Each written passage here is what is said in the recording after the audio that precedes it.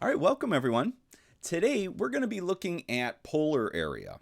So specifically, we're going to see how to calculate the area of a polar region that's enclosed by a polar curve. So pretty fun stuff here. All right, so let's start with the formula. So the area bounded by polar curve r equal to, f of theta. So our polar curve is going to be in the form r equal to a function of theta. And then it's going to be bounded sort of on the sides or on the ends by two rays, theta equals a and theta equals b. So kind of our starting theta value and our ending theta value. And so the area for this region, we'll see what it looks like in a second, is given by this formula. And it's the integral from a to b of 1/2 r squared d theta. And really when we say r here, or r squared, we're really thinking of r, it's a function of theta. So there's thetas here. We're integrating with respect to theta. And that function, f of theta, our polar curve, it's a continuous function. We have to be able to integrate this thing on the interval from a to b. All right, so let's talk a little bit about where this formula might come from and what this looks like. So first, what does this look like? What are we trying to do when we say let's find the area bounded by a polar curve? Well, we'll see a few examples, but in general, let's say we have our origin. Here's our origin right here. We have our polar axis right here, and let's say we have a polar curve, maybe winding its way around the origin like this. And so what these rays are, or these angle measurements are, they're just telling us where the region starts and where it stops. So we might have theta equals a here, and maybe we have theta equals b. It doesn't have to be vertical or anything. Maybe we have theta equals b over here. And remember, we're going counterclockwise normally. And then the kind of the edge is our polar curve. So this is r equal to f of theta. So we have a starting angle measurement, we have an ending angle measurement, and then we're looking at this region that's kind of between the curve and the origin there. So we want to find the area for this shaded region. And apparently I can't stay in the lines, but that's fine. All right, so that's the region we're trying to find the area of. All right, so how do we get an integration out of that? Well, we've seen area before. We know it's related in some way to integration, but the idea here, specifically for polar coordinates, is we're going to take this region and we're going to slice it up. We're going to slice it up into these tiny little wedges.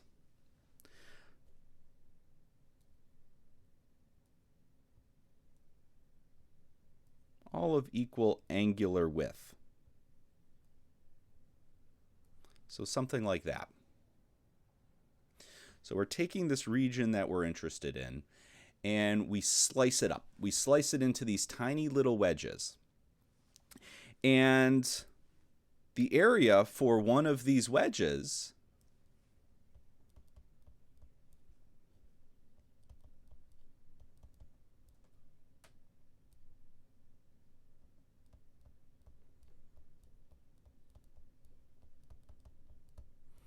So what we're going to view is we're going to view each of these wedges as a little piece of a circle, kind of a wedge from a circle. And so what's the area for the part of a circle? Well, this is something you might not necessarily know this formula, but you've seen it in some form before actually. So for a wedge, for a small wedge, so think of this as like a small little piece of the circle, but this is true for any wedge of a circle. The area is 1/2 r squared times the angular width. So for our purposes, we're viewing these wedges as being very small. So delta theta, the angular width, so it's kind of measuring how how wide these angles are, or how wide these little wedges are, is going to be small. But in general, for the wedge of a circle, this formula is true, and you've seen this before. So you've seen this before with the area of a circle. What is the area of a circle? You probably have this formula memorized. We're just going to write it slightly different. It's 1/2 r squared times 2 pi. Formerly, or more usually known as pi r squared. But why write it like this? Well, we know that there's 2 pi radians in a full circle, and so that would be the width. So if we looked at the full wedge, the full circle there, delta theta would be 2 pi. So the area of a full circle is pi r squared, or 1/2 r squared times 2 pi. But for our purposes, we're looking at these tiny little slivers of a circle. And so it's going to be 1/2 r squared times delta theta, where theta is delta theta is very small. And what we're trying to do is essentially we're finding the area for each of these small wedges, and then we're trying to add them together. And so we know when we try to add together these very small numerous things, that's really what integration is. And we've seen this before when we talked about when we first started talking about definite integrals and areas. We had the region under the graph. We would slice that up into small regions, and then we would say each region looks like a small rectangle. So that would be like finding the area in rectangular coordinates. We would use rectangles. Now in polar coordinates, we slice up our region, but now we're slicing up our region. We're saying each piece looks like a small part of the circle. Polar coordinates. So this is kind of where the idea comes from. Let's see how to use this formula, though. So let's look at an example. Example 1, we're going to find the area bounded by the curve r equals theta, where theta is between 0 and 2 pi. And normally when we're doing these, it helps to have a sketch of the polar curve. All right, so let's draw this one out a little bit. Let's see how this looks. Okay. All right, so this is our polar curve. So we'll keep that in mind. It's a function of theta. And then we're told the interval for theta here. Theta is between 0 and 2 pi. Now, that we might not always be given this, but in this example, we're given it. Let's see how this curve is going to look. So when theta is equal to 0, so theta equals 0, let's go around the circle here. Theta equals 0, then we have pi over 2, then we have pi, then 3 pi over 2, and then we're back to 2 pi over here on the positive x-axis. So we kind of start repeating ourselves like we've seen. And so when theta is 0, by this formula, by our polar curve here, our value would be 0. So that means we're starting at the origin. Okay. And then when theta is equal to pi over 2, the distance we're going to be away from the origin by this curve is going to be pi over 2. So it's going to be approximately, about 1.6 or so, a little bit somewhere around there. So that'll put us right here. So imagine we start rotating around counterclockwise around the origin. And what we're going to do is, as that happens, our starting point here, we start at the origin, and the radius, the r value, is going to increase. So as we rotate, as we draw counterclockwise around the circle, we're going to get further away from the origin. So we're going to end up somewhere like here. Then as we keep going from pi over 2 to pi, well, when we hit the ray pi, the r value is going to be pi as well. So we're going to be about 3.14 units away from the origin once we get onto the pi ray here. So we're going to go around, and where is that? Right around here. So we're going to keep spiraling counterclockwise, and as we do that, our radius is going to increase. And I feel like I could do a little bit better. All right, that's better. That's looking good. All right. So as we're moving counterclockwise, our radius is expanding here because that's what our curve is doing. And then from pi over 2 to, or pi to 3 pi over 2, we're going to keep doing this. So at 3 pi over 2, what is the value there? It's about roughly 4.5. So find 4.5 roughly right around here. There we go. So we're going to keep spiraling around counterclockwise, and we're just going to get larger and larger. The radius is going to get larger and larger. And then finally, when theta is equal to 2 pi, we're going to be back on the kind of the polar axis here, the positive x-axis. But now we're going to be way out around 2 pi, because that's what the r value is. So r is going to be roughly 2 pi. So we're going to be way out here. So as we spiral around counterclockwise, where our radius is expanding. And let's, there, something like that. A little shaky there, but it's all right. All right, so here's our polar curve. Going from 0 to 2 pi, we're tracing out this kind of almost snail shape here. And so essentially what we're trying to do is imagine, the area that we're trying to calculate. Imagine just these little rays or little wedges extending out from the origin.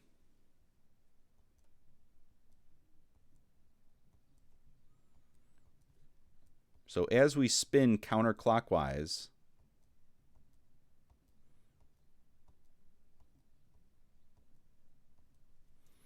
we're looking at this shape that's traced out.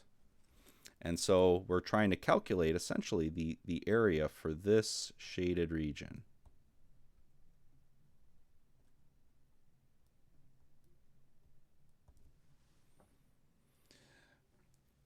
So almost think of it as you're drawing your curve. Imagine it's kind of sweeping out this region here. So imagine these little kind of rays or line segments extending from the origin to the curve, and imagine that as you draw your curve, they're kind of tracing out this area. All right, so let's actually see the calculation. The area is the integral from our starting theta value and our ending theta value. So we're going to integrate from 0 to 2 pi, 1/2 r squared d theta. Let's fill in what r is. So the integral calculation here, not too bad, but we wanted to picture it just to see how this thing looks. So we fill in our formula for r. It's theta. So we get 1/2 theta squared as the function we're integrating. All right, so let's do the integration. We're integrating with respect to theta, so this is just power rule. So we have the 1/2 in front. Integrating theta squared, we get theta cubed. Take the new power 3, flip it, put it in front there. And then we're going to evaluate this from theta equals 0 to theta equals 2 pi. Simplify this down. 1/6 theta cubed. We'll evaluate from 0 to 2 pi. And then we plug in. When we plug 0 in, we're going to end up with 0 here. So, that doesn't always happen, but in this case it does. And then we plug 2 pi in. So we get 1/6 times 2 pi cubed. And that's the area for this shaded region. All right, so it helps to picture. And we're going to see why in example 2. Let's try another one. All right, so this was a polar curve that we looked at in the last lesson. r equal to 3 cosine theta. And we want to find the area enclosed by this polar curve. So notice that we're not given a starting theta value or an ending theta value. So we need to know, we have to find those. And that's generally the kind of the trickiest part of this. The actual integral, once you have those, the integral is normally not too bad. So what did this one look like when we drew it last time? Well, when theta was 0, we started at 3 along the theta equals 0 axis, and then this actually traced out a circle.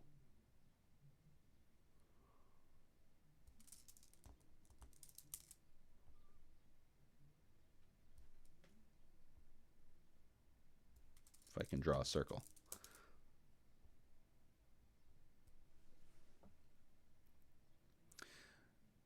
So we looked at this polar curve last time. And we need to figure out what theta values trace this circle out one time. So this is the important, to get our integral set up, we have to find the theta values that trace out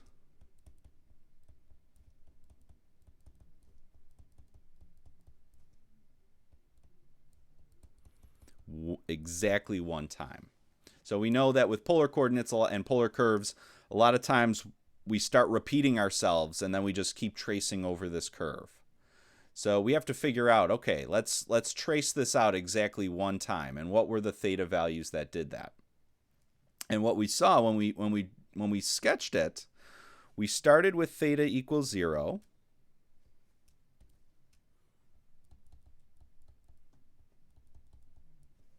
And that gave us this point right here. So this is where theta was 0. Then we did theta equals pi over 2.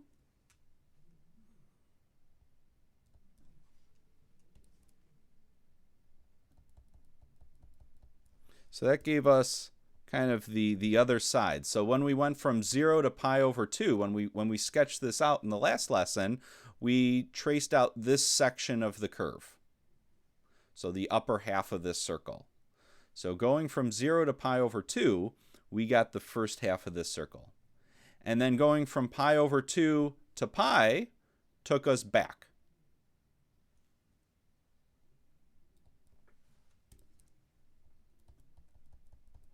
And that's where we end.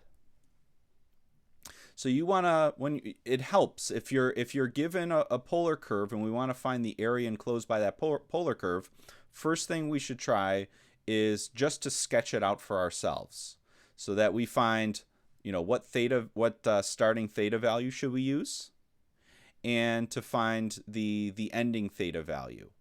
When do we start repeating ourselves here? And so with this problem, what we're trying to do is essentially we're trying to find the area for this region, this circle. So that's the area enclosed by this polar curve. And how do we do it? Well, we set up our area integral. It's going to be the area from, we know our starting theta and our ending theta values. We had to figure those out by sketching it. So we kind of went over that last time. So 0 to pi. And then the formula is 1/2 times r squared d theta. Let's actually fill in what r is. It's a function of theta here. So 1/2 3 cos theta all squared. Now this number in front, that's part of our r there, so it's going to get squared as well. So one of those things, it's a little common mistake. So we're going to square everything in the parentheses. And let's bring that 9, it's going to end up being a 9, and then the 1/2, let's put that in front. So we'll have 9/2 in front. We're integrating from 0 to pi, cosine squared theta d theta. And what we have here, going way back, Almost the beginning of the course. We have a trig integral here.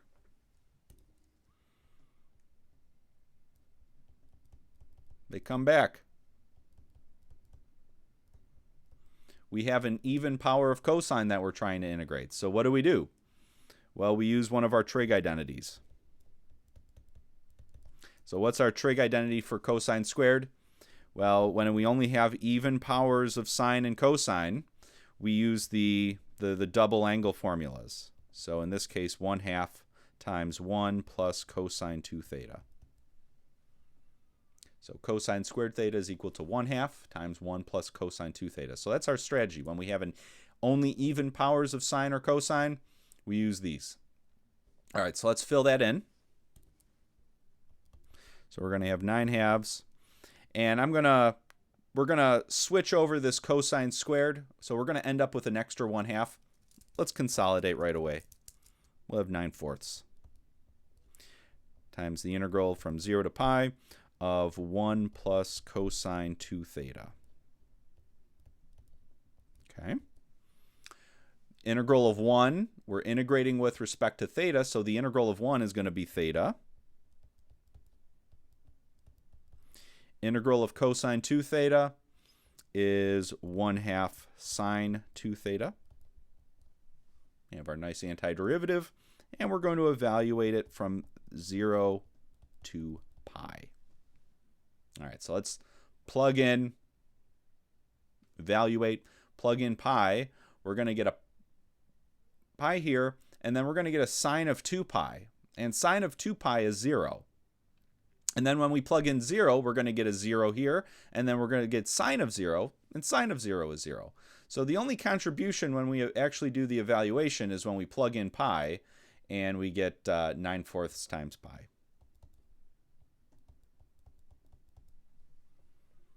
So there's our area.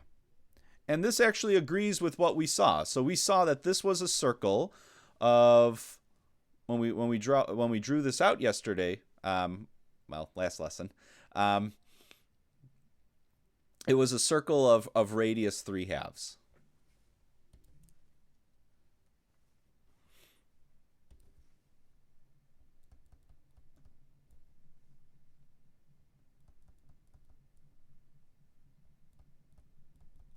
So we saw the circle was a radius of 3/2, and we know what the area of a circle is. It's pi r squared.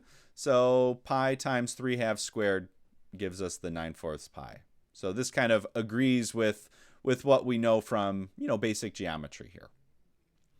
All right.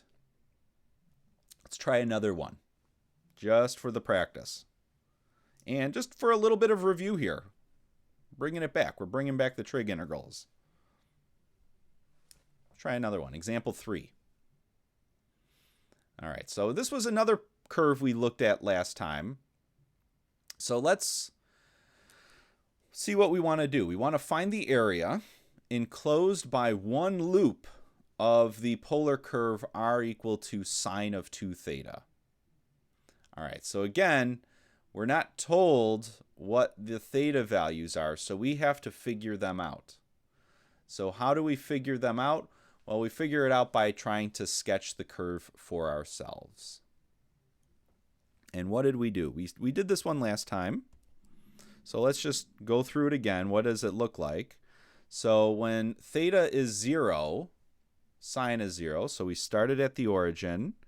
And then when we rotate it around counterclockwise, what we got was kind of we called it like a petal shape, or there's loops. There were 4 loops in this one. So we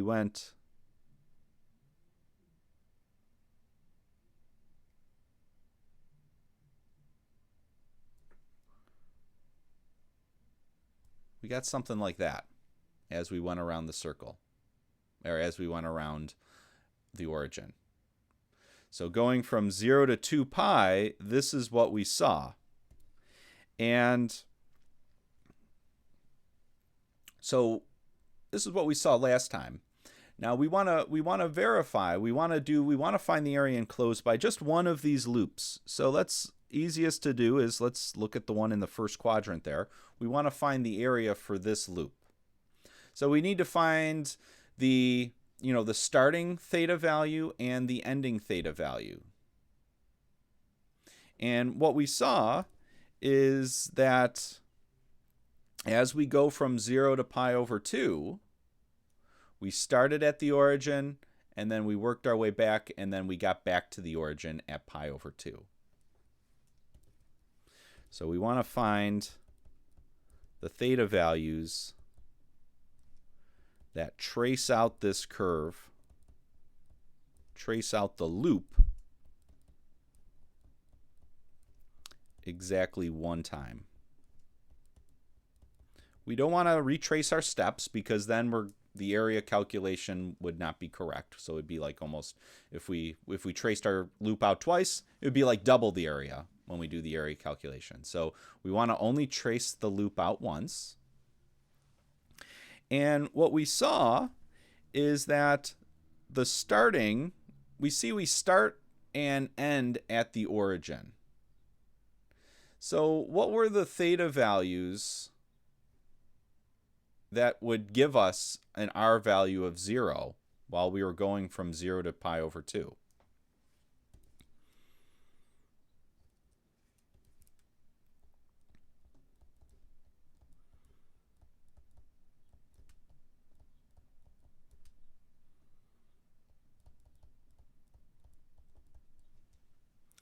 Well, if we plug 0 in,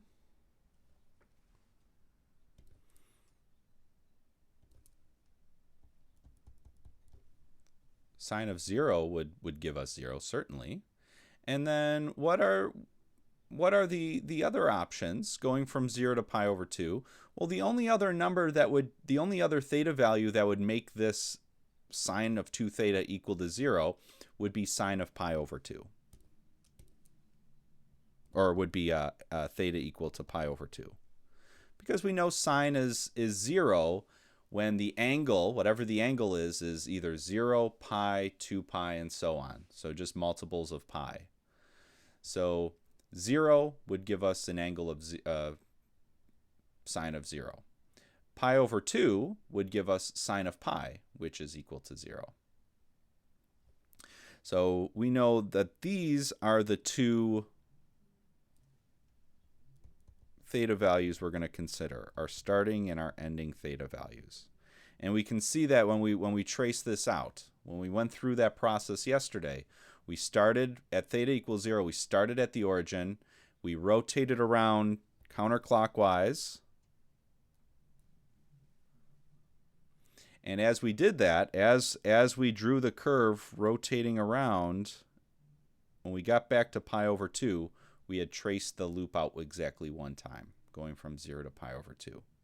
Now this might not be, for other types of these, it might be different starting and ending theta values.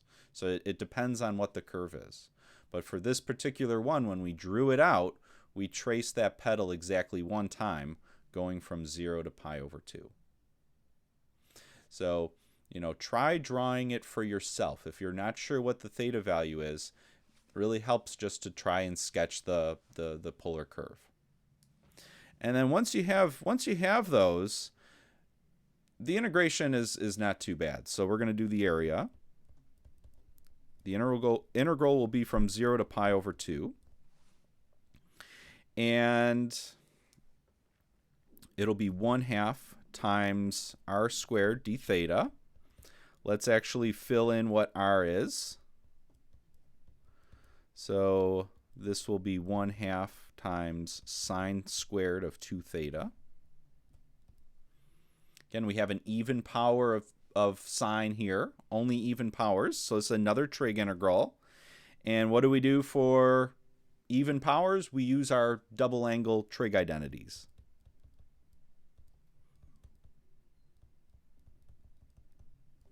So in this case, we're going to use sine squared of theta. Well, let's use an x just because we're already using kind of theta here. Sine squared of x is equal to 1/2 1 minus cosine of 2x. So very similar to one that we did in the last example. The only difference is we're looking at sine squared, so it's going to be a minus. So let's fill that in for this specific function. So, and let's bring that 1/2 out front. And we know we're going to end up, once we apply this trig identity, we're going to end up with another 1/2. So this is actually going to be a 1/4 here. So we end up with 2 copies of 1/2. We're integrating from 0 to pi over 2. And then we're going to be integrating 1 minus cosine. And the only thing that might be a little tricky here is when we apply this trig identity, it doubles whatever angle we had. So we were looking at this sine squared term. This trig identity doubles whatever angle you had here. So we were actually looking at sine squared of 2 theta. So it's going to double that. So we're going to end up with cosine squared, or cosine of 4 theta. So we're doubling that original integral, or that original angle. Okay. Do the integration. So we end up with a 1/4 in front.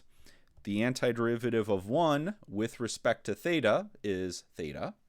And then the antiderivative of this cosine 4 theta is negative sine 4 theta with a 1/4 put in front. So essentially when we have these constant times theta for these trig functions, we take the constant, flip it, goes in front. And then we integrate the trig function like usual.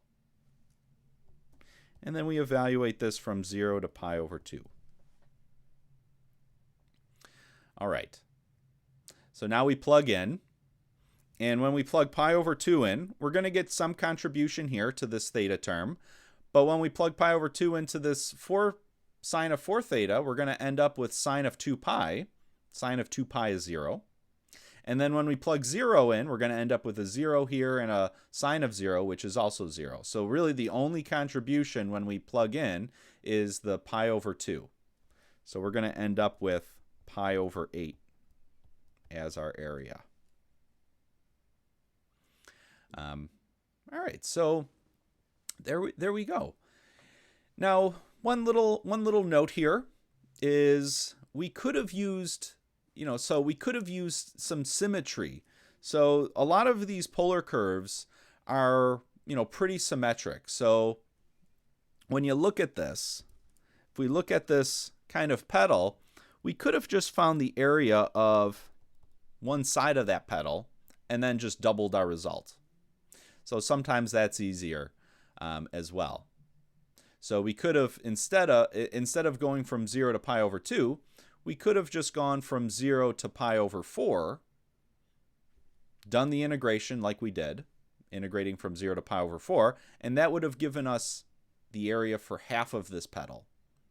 So then whatever result we would have gotten, we would just needed to double it. Same thing for the last example 2. Instead of going from 0 all the way to pi, all the way from 0 to pi here, one full loop around the circle, we could have just gone from 0 to pi over 2 and found the area for half of the circle, and then just doubled our result once we had the area for this top half. So sometimes that's another way to think of these. So just make a note.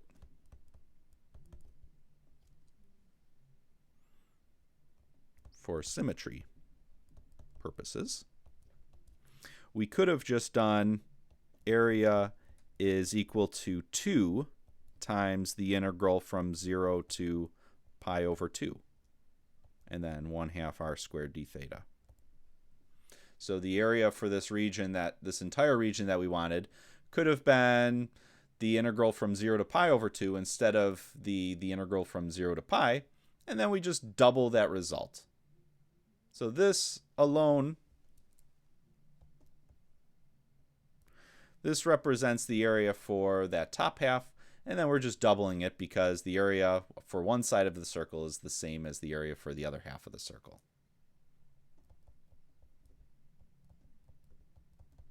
So sometimes that's another way to think of these as well.